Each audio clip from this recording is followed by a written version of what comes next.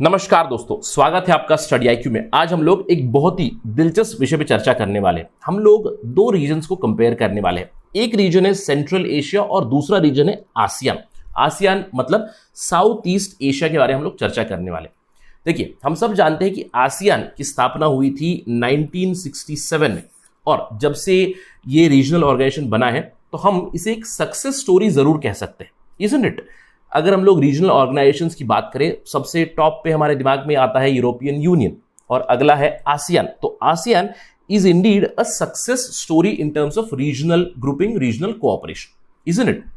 और आज हम लोग बात करने वाले हैं, जिस तरह आसियान बना था 1967 में, क्या आज समय आ चुका है कि सेंट्रल एशियन रिपब्लिक्स, जो स्टांस हम लोग कहते हैं, क्या उनका मोमेंट आ चुका है, आसियान मोमेंट, जिससे वो अपनी खुद की एक रीजनल ग्रुपिंग, रीजनल ऑर्गेनाइजेशन बनाए। अब हम लोग ये सवाल उठा क्यों रहे हैं? ये सवाल उठा रहे हैं because of the developments in Afghanistan. हम जानते हैं अफगानिस्तान क्राइसिस के बारे में। अफगानिस्तान में तालिबान का कब्जा हो चुका है, तो इन सब के चलते जो भी स्पिल ओवर इफेक्ट होगा, यानी कि तालिबान के टेक ओवर की वजह से अगर तजिकिस्तान बॉर्डर पे कुछ प्रॉब्लम हो जाएगी, उज्बेकिस्तान बॉर्डर पे जो बेसिकली सेंट्रल एशियन रिपब्लिक्स है, उनके ऊपर अगर परिणाम होगा एडवर्सली, तो it does call for a regional cooperation at this point of time, isn't it. तो हम लोग एक कंपैरिजन करेंगे, जिस तरह आसियान बना था, क्या आज समय आ चुका है कि सेंट्रल एशियन रिपब्लिक्स अपनी खुद की एक रीजनल ऑर्गेनाइजेशंस बनाए। चलिए इसके ऊपर एक विश्लेषण करते हैं। ये सब इंफॉर्मेशन लेने के लिए मेरे साथ बने रहिए स्टडी आईक्यू पर। मैं हूं आपका दोस्त राहुल साईगांवकर। आप मुझे फॉलो कर सकते हैं इस पर्टिकुलर आईडी पे @RahulSai222। इसके अलावा अगर आप यूपीएससी सिविल सर्विस एग्जामिनेशन की तैयारी कर रहे हैं या फिर स्टेट पीएससी की तैयारी कर रहे हैं, तो डू विजिट studiiq.com या फिर डाउनलोड करें हमारा ऐप गूगल प्ले स्टोर से to know more about us. Janmashtami sale चल रही है on study IQ till August 31, 2021। Do avail these discounts. चलिए चर्चा शुरू करते हैं एक ऑब्जर्वेशन के साथ। हम सब बड़ी ही दिलचस्पी से अफगानिस्तान के डेवलपमेंट्स को फॉलो कर रहे थे। सभी लोग प्रिपेयर जरूर कर रहे थे कि तालिबान का कब्जा होगा, बट कब होगा ये सवाल था। और सेंट्रल एशियन रिपब्लिक्स भी इसका वेट कर रही थी। आपको याद होगा हम लोगों ने बात की थी ताजिकिस्तान के बारे में। I hope you remember. Tajikistan ने रशिया से मदद मांगी थी कि अगर तालिबान का कब्जा होगा, उनके बॉर्डर पे अगर कोई प्रॉब्लम आएगी, तो उन्होंने रशिया से बेसिकली सीएसटीओ से, हम लोग देखेंगे सीएसटीओ क्या है, उनसे मदद मांगी थी। इनफैक्ट रशिया ने भी प्लेज किया था कि $1.1 मिलियन की असिस्टेंस देंगे, मिलिट्री हेल्प भी देंगे आगे चल के। तो इसका मतलब क्या हुआ? Everybody was somehow anticipating Taliban take over होगा और उसकी तैयारी कर रहे थे। अब कोई ये एंटिसिपेट नहीं कर पाया कि कितनी जल्दी कब्जा होगा। तो Afghanistan fell down very very swiftly to Taliban. अब इसके चलते बहुत सारी कंट्रीज काफी ट्रिकी सिचुएशन में आ चुकी है। स्पेशली अगर हम लोग बात करें central Asian republics, the stance, Kazakhstan probably अभी फिलहाल सेफेस्ट रहेगा, जिसका इंप्लीकेशन ज्यादा नहीं होगा। Second safest would be Kyrgyzstan. लेकिन तुर्कमेनिस्तान, उज्बेकिस्तान और तजिकिस्तान अगर आप देखें, इनका बॉर्डर लगता है अफगानिस्तान के साथ, जहां पे तालिबान का कब्जा हो चुका है। और तालिबान के टेक ओवर की वजह से ऑलरेडी हम लोग खबरें देख रहे हैं, violence in Afghanistan, women rights, human rights being violated. तो इन सब के चलते अगर इस रीजन में इंपैक्ट होगा, तो इनके पास क्या विकल्प रह जाते हैं। और अगर हम लोग बात करें इन कंट्रीज की capacity in terms of political capacity, economic capacity, military capacity, तो ये निर्भर रहते हैं दूसरे कंट्रीज पे, दूसरी ऑर्गेनाइजेशंस पे। तो इनके पास क्या विकल्प रह जाते हैं? देखिए, टू अ लार्ज एक्सटेंट ये जो सेंट्रल एशियन रिपब्लिक से जो स्टांस है, वो निर्भर रहते हैं रशिया के ऊपर, टू अ लार्ज एक्सटेंट। क्योंकि रशिया लेड एक ऑर्गेनाइजेशन है CSTO, collective security treaty organisation, जिसके तहत ताजिकिस्तान ने डिमांड भी की थी कि सीएसटीओ की हेल्प हमें मिलनी चाहिए अगर तालिबान टेक ओवर हो जाएगा। मतलब रशिया के ऊपर बहुत हद तक ये निर्भर रहते हैं अभी भी। और हम लोगों ने बात की थी ताजिकिस्तान के बारे में। इनफैक्ट एक मिलिट्री डिस्ट्रिक्ट है जहां पे 7,000 से भी ज्यादा ट्रूप्स है रशिया के already in Tajikistan itself, in Dushanbe. इसके अलावा ये लोग निर्भर है रशिया एंड मैं कह सकता हूं China led organisation, that is Shanghai cooperation organisation. अब एससीओ जब से बना है, इनका सिक्योरिटी के ऊपर भी काफी ज्यादा फोकस हो चुका है। इनका एक एंटी टेररिज्म सिस्टम भी है, रैट्स जिसे कहते हैं, anti terrorist system of the SCO countries. पर इन सब चीजों से एक निर्भरता जरूर रह जाती है। सेंट्रल एशियन रिपब्लिक्स आज भी निर्भर रहेंगे रशिया के ऊपर predominantly for their own security. उनकी खुद की रक्षा के लिए वो निर्भर है दूसरी कंट्री के ऊपर, रशिया के ऊपर और चाइना के ऊपर थ्रू एससीओ। एक तीसरा विकल्प भी उनके पास रह जाता है कि खुद एक ऐसा कदम ले कि उनका जो फ्यूचर है वो अपने हाथों में ले and create their own regional organisation, यानी कि स्तान्स जो हम लोग कहते हैं, central Asian republics, Kazakhstan, Kyrgyzstan, Tajikistan, Uzbekistan और तुर्कमेनिस्तान, अपना खुद का एक रीजनल ऑर्गेनाइजेशन बनाए। अब इनके सामने विकल्प रह जाते हैं, कौन किस तरह का ऑर्गेनाइजेशन बनाए।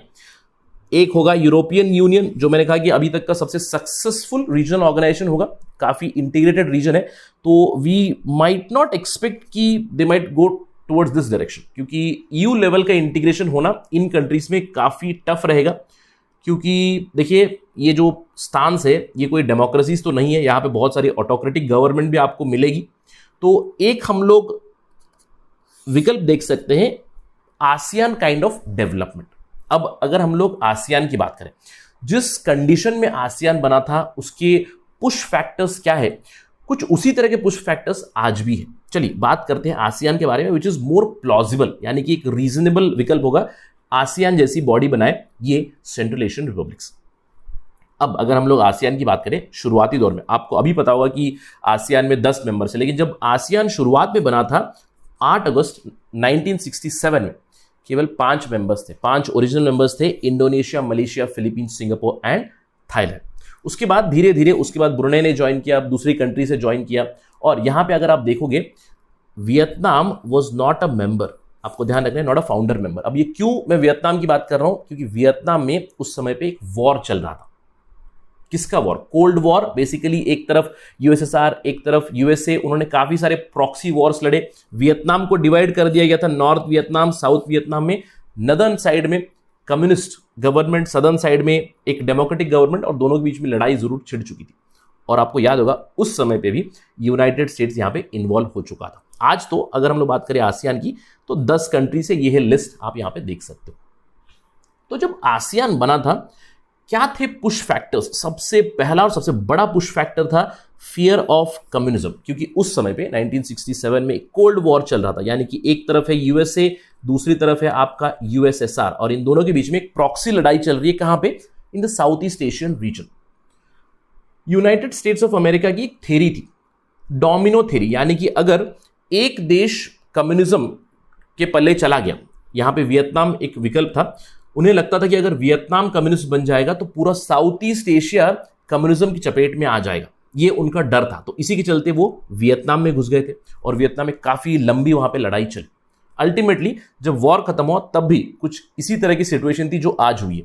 United states they withdrew from Vietnam, but उसके बाद कोई डोमिनो इफेक्ट नहीं हुआ, कोई कम्युनिज्म का स्प्रेड नहीं हुआ साउथ ईस्ट एशिया। लेकिन उसी के चलते उन्होंने 1967 में आसियान को काफी पुश किया। और दूसरा फैक्टर यहां पे मैंने सपोर्ट ऑफ यूएसए लिखा है, तो आसियान जब बना था तो उन्हें यूएसए का काफी ज्यादा समर्थन जरूर मिला था। लेकिन अगर आप इस रीजनल ग्रुपिंग की सक्सेस की बात करें, उसका रियल सक्सेस आया 1975 के बाद। ये क्यों? क्योंकि 1975 में United states withdrew from Vietnam, अब उसके बाद ही उनका रीजनल सक्सेस जरूर आया है। और तीसरा जो फैक्टर था वो तो इकोनॉमिक ग्रोथ और रीजनल पीस। ये तो नॉर्मल सी चीज़ें कि अगर आप इंटीग्रेट करोगे, फ्री ट्रेड एक एरिया बना दोगे, टैरिफ्स हटा दोगे, कोटास हटा दोगे, तो आपकी इकोनॉमिक ग्रोथ जरूर होगी। और अगर आप इन तीनों विकल्पों को देखें, नंबर 1 फियर ऑफ कम्युनिज्म 2021 में क्या हो चुका है? It's not fear of communism, it's fear of the T word, fear of Talibanism, और मैं कह सकता हूं Islamic fundamentalism, fear of terrorism. दूसरा, सपोर्ट फ्रॉम यूएसए पॉसिबल है, जरूर आएगा अगर सेंट्रल एशियन रिपब्लिक्स एक ऐसा रीजनल ऑर्गेनाइजेशन बनाएंगे जिससे वो तालिबान के साथ लड़ सकते हैं या फिर उन्हें काउंटर कर सकते हैं, तो इट इज वेरी ऑब्वियस कि United states of America will support them. अब तीसरा विकल्प तो एवरग्रीन है, यानी कि तीसरा ऑप्शन जो है economic growth, regional piece, this is quite understandable, ये तो बढ़ेगा ही बढ़ेगा। अगर एक फ्री ट्रेड एरिया बनेगा तो सभी का फायदा जरूर होगा। तो आज भी कुछ उसी तरह की सिचुएशंस हैं जो 1967 में थी, बस फियर ऑफ कम्युनिज्म नहीं है, there is fear of Taliban right. So don't you think it is time now कि सेंट्रल एशियन रिपब्लिक से एक रीजनल ऑर्गेनाइजेशन बनाए? अब आप ये सोच रहे हो कि सर ये आइडिया आप 2021 में दे रहे हो, और क्या उन लोगों को वो आइडिया नहीं आई थी? मतलब जो स्टान्स है, जो स्टान कंट्रीज है, सेंट्रल एशियन रिपब्लिक्स है, क्या उन्हें वो आइडिया नहीं आई? Why did this not happen till now? उन्होंने अटेम्प्ट जरूर किए हुए। अगर हम लोग बात करें 1991 में क्या हुआ, डिसइंटीग्रेशन ऑफ यूएसएसआर हुआ, और उसी के बाद 1991 में ही at the end of 1991 Commonwealth of Independent States बना। जो यूएसएसआर डिसइंटीग्रेट हुआ, बहुत सारे दूसरे देश बने, स्टांस बने, सेंट्रल एशियन रिपब्लिक्स। इसके अलावा कॉमनवेल्थ ऑफ इंडिपेंडेंट स्टेट्स में और भी दूसरे देश थे, जैसे कि आर्मीनिया, अजरबैजान, बेलारूस, रोमेनिया, बहुत सारी कंट्रीज थी यहाँ पे। लेकिन कोई स्पेसिफिक स्टांस या फिर मैं central Asian republics term use कर रहा हूं, उनका कोई रीजनल ऑर्गेनाइजेशन नहीं बना। लेकिन 1993 में शुरुआत जरूर की। सेंट्रल एशियन इकोनॉमिक यूनियन एक सेटअप हुआ था कजाकिस्तान, किर्गिस्तान और उज्बेकिस्तान के बीच 1993 में। 3 साल बाद तजिकिस्तान ने उसे ज्वाइन किया इन 1996 एज ऑब्जर्वर। लेकिन इसके बाद मोर और लेस ये बॉडी जो सेंट्रल एशियन इकोनॉमिक यूनियन रही है, ज्यादा कुछ प्रोग्रेस नहीं कर पाई। इसको रिजुविनेट करने की कोशिश जरूर की थी 2007 में। कजाकिस्तान के जो प्रेसिडेंट है नूरसुल्तान नजरबायेव, उन्होंने प्रपोज किया एक नया central Asian union, right, economic union जो होना चाहिए। अब तभी उस चीज को अपोज किया उज्बेक के प्रेसिडेंट इस्लाम करीमोव, जो उस समय प्रेसिडेंट थे। उनकी ऑब्जेक्शन के कारण कोई डेवलपमेंट यहां पे फिर से नहीं हुई over the central Asian union या फिर सेंट्रल एशियन ऑर्गेनाइजेशन हम लोग कह सकते हैं। ऑलमोस्ट 10 साल बाद 2016 में उज्बेकिस्तान के प्रेसिडेंट की मृत्यु हुई, यानी कि करीमोव डाइड। उनके बाद जो उनके सक्सेसर आए शवकात मिर्जियोयेव, उन्होंने खुद इनिशिएट किया और कहा कि हम एक सेंट्रल एशियन यूनियन बना सकते हैं। तो उसके बाद 2 मीटिंग जरूर हुए रिसेंट टाइम में। 2018 में एक सेंट्रल एशियन समिट हो चुकी है, 2019 में एक सेंट्रल एशियन समिट हो चुकी है। तो धीरे धीरे पुश जरूर मिल रहा था एक सेंट्रल एशियन यूनियन जो बनने की तरफ। लेकिन उसके बाद कोविड-19 और उसके बाद अभी तालिबान क्राइसिस इन अफगानिस्तान। अब इन सब के चलते don't you think perhaps it is time, क्योंकि इसके लिए डेवलपमेंट काफी सालों से चल रही थी, the war in Afghanistan can become a catalyst, यानी कि ये कैटलाइज कर सकता है इस एंटायर प्रोसेस को। और आगे चल के हम लोग आशा करते हैं कि एक सेंट्रल एशियन यूनियन बने और सेंट्रल एशियन यूनियन डिपेंड ना रहे रशिया के ऊपर, डिपेंड ना रहे चाइना के ऊपर, और खुद अपनी तकदीर को डिसाइड करें। So the Taliban control it does provide a prospect, क्योंकि स्पिल ओवर होने वाला है इन कंट्रीज के ऊपर ही सबसे ज्यादा कौन है, नेबर्स कौन है, central Asian republics, there is Iran, there is Pakistan and there is India. इनके ऊपर काफी परिणाम होगा। और सेंट्रल एशियन रिपब्लिक्स यहां पे एक ऑर्गेनाइजेशन बना के एक सिक्योरिटी अगर आर्किटेक्चर बनाएंगे जिससे ये काउंटर कर सकते हैं तालिबान को। So let us wait and watch if this becomes a reality, the Central Asian Union. अगर इस पे कोई खबर आएगी तो we will cover it as soon as possible on Study IQ. That is it right now from my side. Thank you for watching. जय हिंद.